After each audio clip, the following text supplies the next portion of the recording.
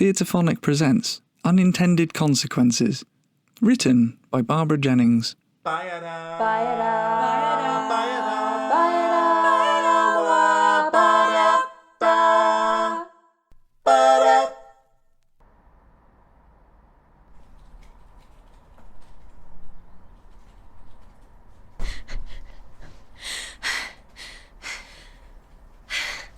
Morning. Hi, Samira. Morning, Ella. Hi, Bronwyn. Train was on time for once. I even got a seat. Hi, Neil. Morning, Ella. Good weekend? Productive weekend. I've got something to show you. I think I've worked out how to fix my problem with the Lowestoft project. Get extra storage space without cupboards looming over the child's bed. I've got some drawings here. If I can just get my folder out of my bag. Hold on. Here, look. What do you think? That's just a sketch. This one's got the detailed measurements on. Let me have a proper look. That's great, Ella. Yeah, lateral thinking coming to the rescue. I learned that from you. I always thought in straight lines, but since the design team relocated to this office and you and I started sharing a workspace, I've watched how you tackle things and I've learnt a lot. Well, I'm glad if I was any help. But this is your work. It must have taken hours out of your weekend. Oh, I had plenty of time for everything I wanted to do. And don't tell me you don't take work home, because I know you do. Yes, I do. But I'm a boring middle-aged man, not a young woman. Not that young. And this is what I'm happiest doing. Fair enough. Let me see that other sketch again. Oh. Something wrong with your back? Yeah, too much trimming and weeding yesterday. Oh. Are you a keen gardener? I do as I'm told. Try not to mistake anything precious for a weed, and I enjoyed the fact that Carrie's enjoying herself.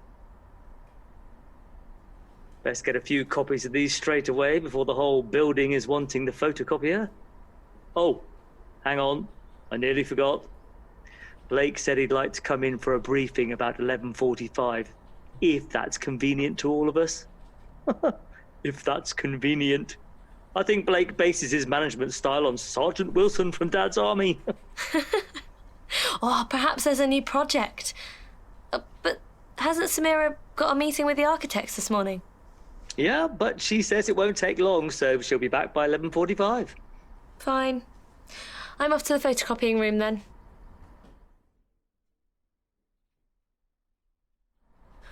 Oh, that took forever. Was the photocopying room once a broom cupboard? It has a definite whiff of broom cupboard. What's this? Invitation. Samira left them on her way out. 40th birthday party at the end of the month. Oh, great. She doesn't look 40. Would I be allowed to say that? No, I suppose not. She just looks so young. Well, some of us take care of ourselves. I mean, do I look 52? Oh, no. No, I wouldn't put you a day over 63.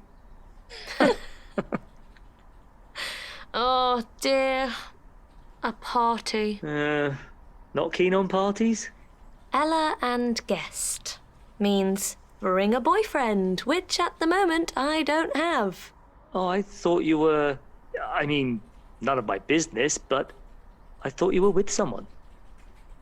I was. For a while. It didn't work out. Well, it turned out I misread his character. He wasn't as, honest as I thought. Well, bluntly, he pilfered. Pilfered? What, stole things from you? No. Not exactly. We had a food kitty. Both put in the same amount each week and took what we needed from it for the food shopping, but he was taking money from it for other things. Petrol for his car, newspapers, lottery tickets. I see. Oh, it sounds horribly petty now that I say it out loud, but it's a matter of principle, of what your standards of behaviour are. Oh, there were other things, but the food kitty business just really seemed to sum him up. My mum always says, if you're honest in small things, you're honest in everything, and people can trust you. There was this guy at, somewhere else I worked, who was, being creative with the accounts. Small sums of money, very small, but it's the principle of the thing. Small sums were appearing in budgets for specific items and somehow never materialising in the same amounts. Probably started by stealing from his mother's purse. But he must have been found out, or you wouldn't know about it. Yeah, but it was all kept very quiet and he left. Personally, I felt he shouldn't have got away with it, but I wasn't senior enough to have any direct involvement, so... Sorry, Neil, I'm just rambling on. All I meant to say is that I'm single at present. Nothing wrong with that. Anyway, no doubt someone else will come along. I suppose so. I'm 32 and I haven't had much luck so far. Did you date a lot of women before you met Carrie? If you don't mind my asking. I don't mind. And no, I was too shy to speak to girls until I met Carrie. And after that, I wasn't bothered about speaking to any others. Really? A storybook romance? Yep. Slushy, isn't it? No, not at all. It's really lovely. Where did you meet? At an evening class. An art class. Carrie was really good. I told her she should do it for a living, but she had other ideas. How old were you? I was 18, and she was a week from her 17th birthday. Her parents insisted we wait until I was 21 and had some qualifications before we got married to make sure I'd be a good provider for their little girl. Ironic, really, given what Carrie must be earning now. Oh, Neil, I'm sorry. That was really rude. I apologise. Forget it. Actually, never mind. Look, Ella and guest is just a conventional form of words. You only have to bring yourself, and the obligatory bottle.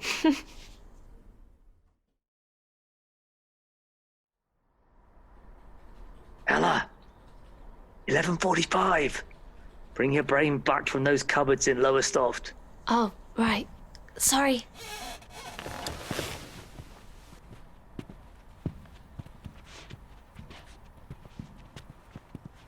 Ladies and gentlemen, yes, I won't take up too much of your time.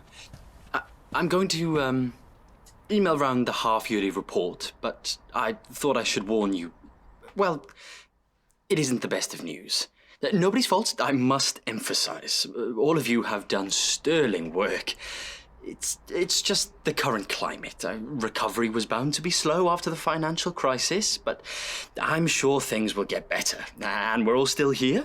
Well, that is to say, if we find a way to block that. Now, unfortunately, most unfortunately, our Matlock contract isn't going to happen. Oh my gosh, I don't Did he just say know what I'm that? going to do if this actually happens. What are we going to do I thought now? it was a certainty that we weren't competing against anyone else. No, you were right, Samira. We weren't. The project has been, Scrapped? well, put on hold, shall we say, for the foreseeable future. Blake, I think that amounts to scrapped. Well, yes, I suppose so. But we have other possibilities on the horizon. Hey, your European friends, for example. Well, I'm working on them, but they've had a financial crisis to deal with as well as us. Oh, true. Well, look, please do not worry. I only thought I should warn, well, that is, alert you that discussions are going on. I've been invited to a board meeting tomorrow to look at the situation. It is... Now, please, no one panic, but it is possible that there will be a suggestion of slimming down the team. No, Ella, my dear, please don't look so stricken. Just discussions at this stage. But one of us might be made redundant. Well, not outside the bounds of possibility, I suppose. What? Oh, What this is does he mean that ridiculous. we're going to be made redundant? I don't know what he But means. I shall make our case tomorrow.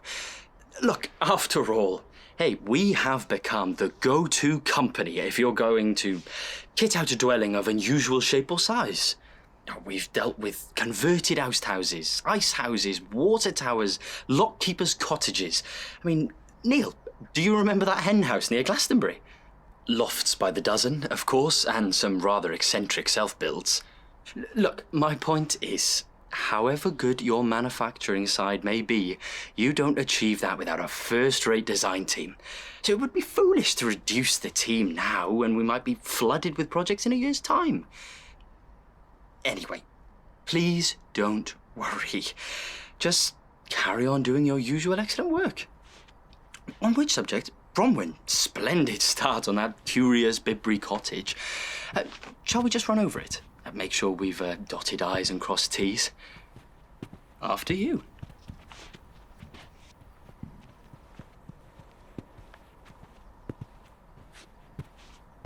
Decent chap, Blake. Bronwyn's design is okay, but she's forgotten part of the specification.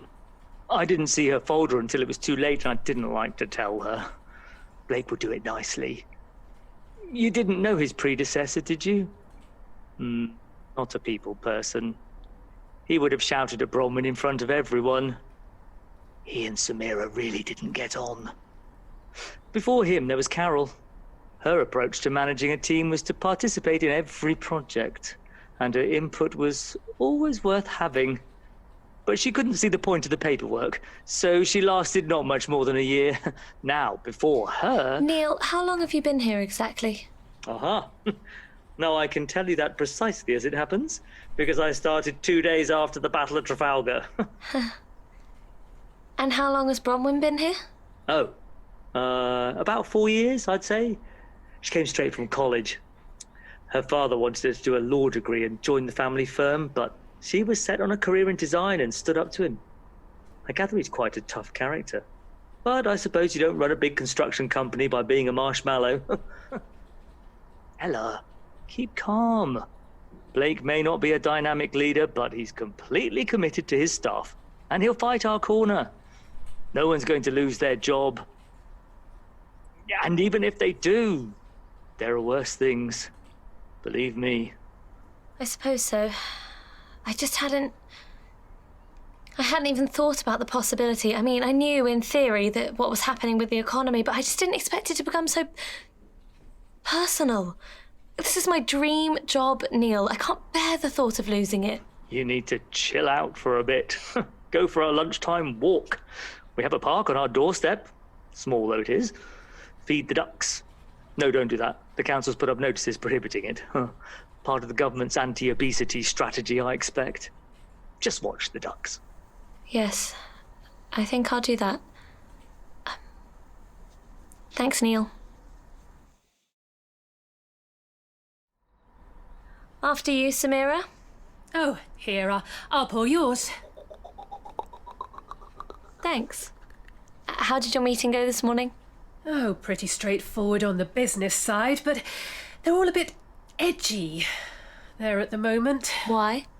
Well, 2 senior architects have retired in the last 6 months, and there's no sign of advertising or replacements. I mean, it's like that everywhere, of course, but it puts pressure on people. And apparently, Mia's trying for a baby, so long term, that means maternity leave. Oh, I see why they're tense. But did this all come out at the meeting? Oh, no. I was chatting to Bran as I was leaving. You've met Bran, haven't you? Yeah. Nice guy, easy to talk to. I didn't like to ask, but is his name really Bran? No, it's Hildebrand. A sociologist should study how parents choose names for their kids. There's probably a PhD about it on a library shelf somewhere.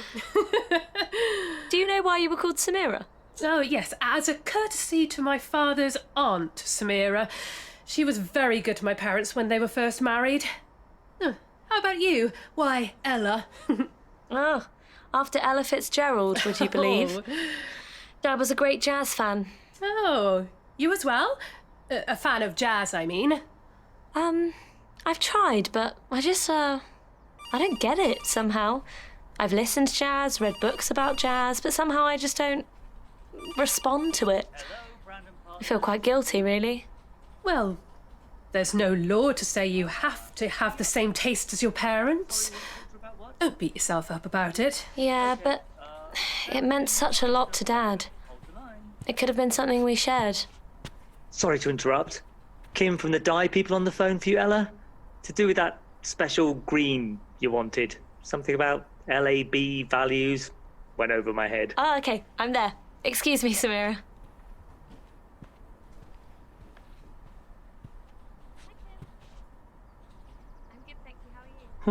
Well, there's someone who's happy in their work. So, Neil, are you and Carrie coming to my party? Oh, yes, absolutely. Yes, wouldn't miss it. Can I come and see it soon? Bum, bum. I'm Missy Strack, broadcasting to you from within the Atopian Traxinian Interstellar Consociation, ATIC. That's right, you're listening to ATIC News, with updates on science, fashion and, of course, politics from all across the Consociation. Available on all Interstellar podcast platforms, including SoundCloud, iTunes and more. Just search ATIC, ATIC News. Bum, bum.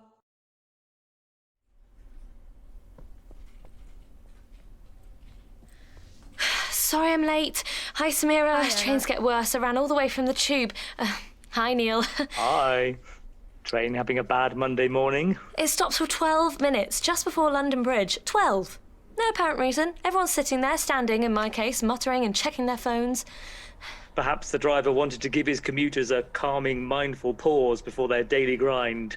One man's mindful pause is another woman's panic attack. Well, what is there to panic about? Oh, only the future of my job. Our jobs. The R word. Oh, you're fixated on this idea of redundancy, Ella. Hasn't happened yet, has it? No. Perhaps last week was only a false alarm. I'll try not to fixate. Where's Bronwyn? At the dentist. Again? Yep. Implants. Oh, it gives me shivers. Have you seen Blake yet? Yeah, he popped his head round the door. Oh, and I was late. Damn. Did he say anything? Anything special? Possible new contract. Samira's going to visit the client next Monday. And a finance bod from the Bristol office is coming tomorrow to talk to us all. What? Neil, that's it. That's definitely it. Finance guy from another office talks to us all. That means redundancy. Oh, why didn't you tell me straight away? Oh, and I was the last one of the team in, so I'll probably be the first one out. What am I going to do? Jobs are like gold dust, and I'm on my own. I've just bought a flat, and I won't be able to pay my mortgage, and it's all right for you. You've got a safety net of a high-earning wife, and... Sorry. I'm sorry. That is a really awful thing to say. I'm just really stressed. I'm so sorry, Neil. Yeah, forget it. Just try not to evacuate the building before the fire alarm sounds. Everything might be fine. And Carrie isn't high earning anymore. She resigned, but please keep that quiet. Resigned? But I thought she loved the job. She did, for a long time. But the pressure and the deadlines were getting to her. She was having dreadful headaches, insomnia, all sorts of stuff. So a month ago, she packed it in and, well, she's a changed woman. Spends hours gardening, taking up painting again, sleeps 8 hours a night. Oh, it's lovely, Ella, seeing her restored. Puts things into perspective.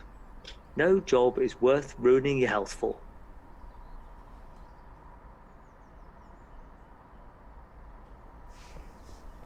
Morning. Morning. Well, you're early today. Not so early as you. Well, I only have a short journey. Carrie says I should cycle, but think of the exhaust fumes I'd be inhaling. I suspect she just wants to see me in a cycle helmet. Laughter boosts the endorphin levels. Any news? News? Oh, I see. Yes. The Bristol Axeman is here. That's a joke, Ella. Jeffrey, something. Seems pleasant enough. He's with Blake in the office. They're going to talk to us individually. What about? I haven't prepared anything. It's not an exam, just an informal chat. Look, Ella, you're good at your job. Just relax. Okay, that's asking too much. Just be yourself. It'll be fine. Good morning, Ella. Has Neil filled you in on the mid-financial year assessment? Yes. Good. Well, I think we'll talk to Samira first when she gets back with the coffee. And then, Ella, how about 10:30 for you? Fine. 10:30. Oh, God. This is it. I can't think. Keep calming breaths, Ella. Seriously. Slow, deep breaths. Your work is as good as anyone's in this office. Just believe in yourself. Right.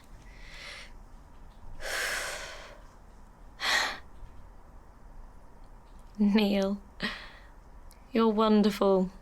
What would I do without you? I endeavour to give satisfaction, madam.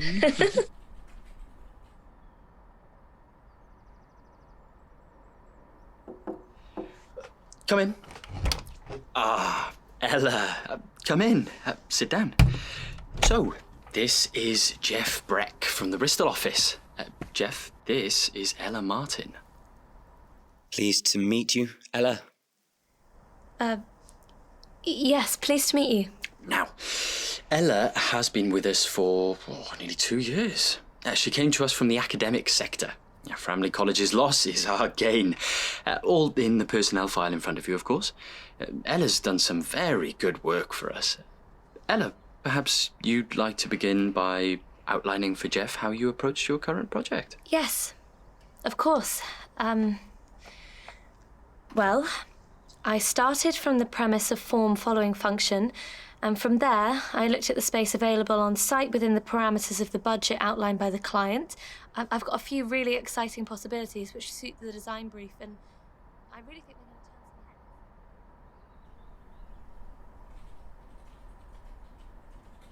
some heads. Earth to Ella, are you receiving me?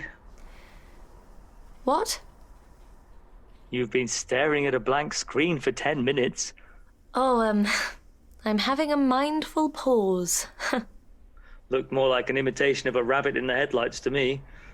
I'm going out for a sandwich. Can I get you anything? Nothing, thanks. I think I'll get some fresh air.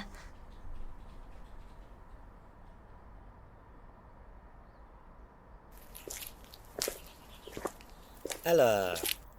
Geoff. You startled me. Where did you spring from? Just having a discreet cigarette. And looking out for you. Come for a drink? With you? No, thanks. You've lost none of your charm, darling. Walk in the park, then? Don't call me darling. And no thanks. I said no. Let go of my arm. I need to talk to you, Ella. Don't make a scene. Come on. We only need to cross the road.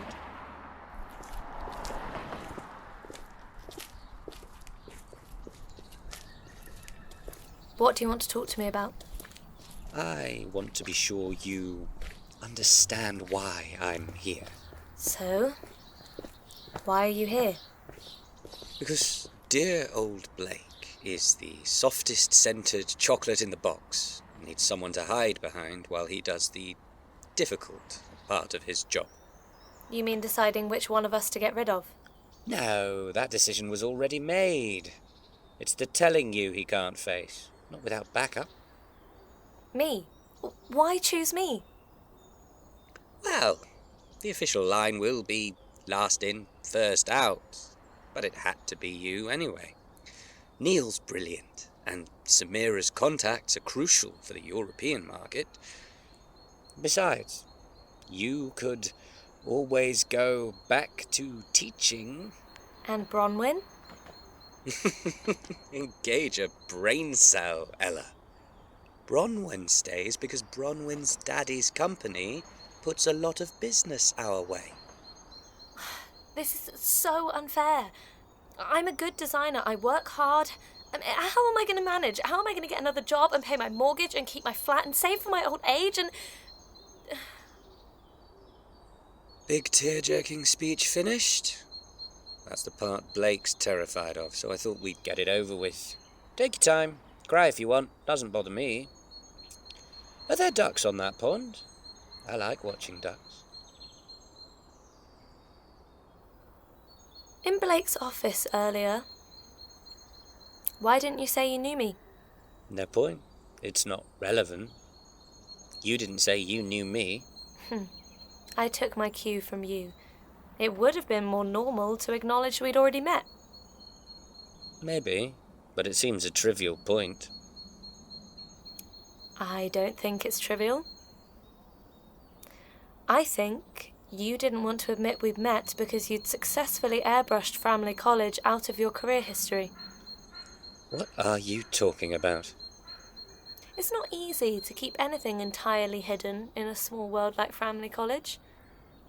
Flirtations with students which may or may not have gone too far, and then, what's the phrase? Possible financial irregularities? There are laws about making those kinds of allegations, Ella. No financial misconduct was ever, I repeat, ever proved against me. No proof. Just a heap of circumstantial evidence. A thin layer of whitewash and a hastily arranged leaving party. And you were only too happy to believe the worst, weren't you? There may have been a couple of genuine oversights. No one's perfect, apart from you, of course. I suppose it was you who blew the whistle. That implies there was something worth blowing a whistle for, doesn't it? No, I didn't.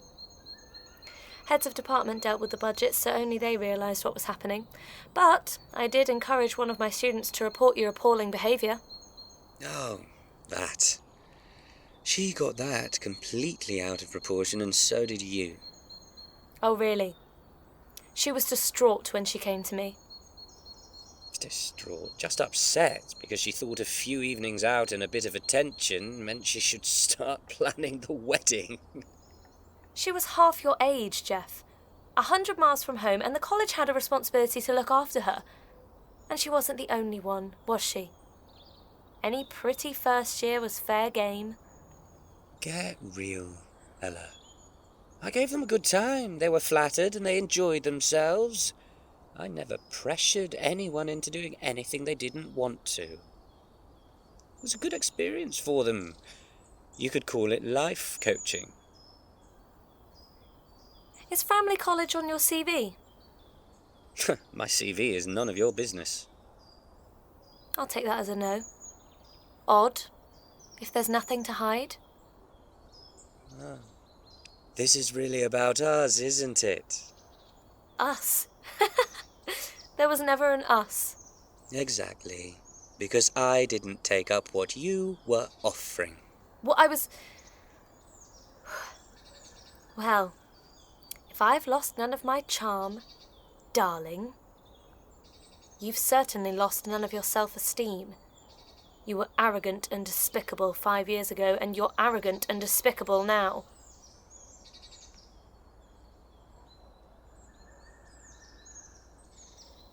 Geoff, I want you to do something for me. Perfect moment to ask for a favour, darling. What do you want? I want you to persuade Blake to keep me on. Well. Little Miss Moral Purity descends to the level of the common herd. Remarkable what the instinct for self-preservation will reveal. I always thought that high-minded virtue was a mask. And what do I get in return? You get to keep your job. What? Persuade Blake not to fire me, and I don't mention Framley College to anyone. That's blackmail, Ella. No, it's not. It's not blackmail. It's an agreement for our mutual benefit. I'm not doing anyone any harm, no one gets hurt. No, nobody. Except one of your colleagues. Which one do you want me to sacrifice in your place, by the way? None of them. Persuade Blake to keep us all on. This is nonsense, Ella. You can't argue with a balance sheet. You're the financial wizard. Think of a way out. Blake doesn't want to sack anyone, so he'll be easy to convince. Look, it's simple. You give Blake a different option and your time working in higher education remains lost in the Bermuda Triangle. So let's get this straight. I make sure you keep your job, and in return you guarantee to keep your mouth shut about Framley College. Exactly. All right, Ella. It's a deal. Trust me.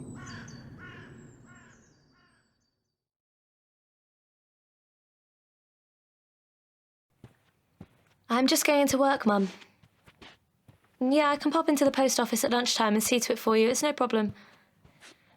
Sorry, Mum, if I was a bit fraught when I came over last time. There was just a rumour that one of my team was going to be made redundant, and I got really panicky. You know what I'm like. But it was all sorted out last week. Nothing to worry about. Okay, I'll ring you later. Okay, love you. Bye. Morning, all. Woo.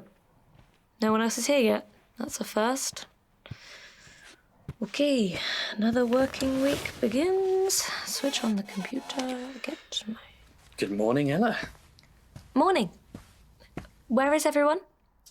Well, Samira's gone to see a prospective client. Oh, it looks very promising. And Bronwyn's at the dentist. And Neil? Ah, yes, Neil. Well, you probably realised, Ella, when Geoff was here last week, some tough decisions had to be made in the current climate. Well, we had to let someone go. You let Neil go? It wasn't easy, but Geoff's opinion... Well, he understands all the factors. Although Neil had been with the firm for nearly 20 years. We'll try to sort out a decent redundancy package, of course, but well, they'll have no financial worries given Carrie's job. That's one good thing. I'm not sure how we'll manage, though. But I dare say we shall. But Neil can't have left already. I mean, gone for good? Well, that was his choice. He had a lot of leave owing. Always a workaholic, our Neil. Said he didn't want to tell anyone in advance. Didn't want any fuss. Felt it was more dignified this way. His word, dignified. He will be missed. Yes. We'll miss him.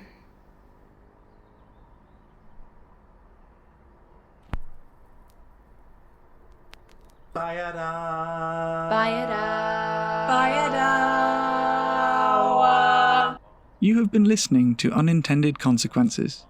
Written by Barbara Jennings. Directed by Emmeline Braefield. With Maisie Ellen as Ella, Tristan Carter as Neil, Pippa Meekings as Samira, Ashley Shiers as Geoff, and Luke Rhodri as Blake. Produced by Cat on a Piano Productions. The Theatrephonic theme tune was composed by Jackson Pentland, performed by Jackson Pentland, Mollie Fyfe-Taylor, and Emmeline Braefield. For more information about the Theatrephonic podcast, go to catonapiano.uk/Theatrephonic, tweet or Instagram us @Theatrephonic, or visit our Facebook page. If you would like to support Theatrephonic and hear interviews and behind-the-scenes extras, please consider becoming a patron by going to patreon.com/Theatrephonic. Please don't forget to rate and review. Thank you for listening.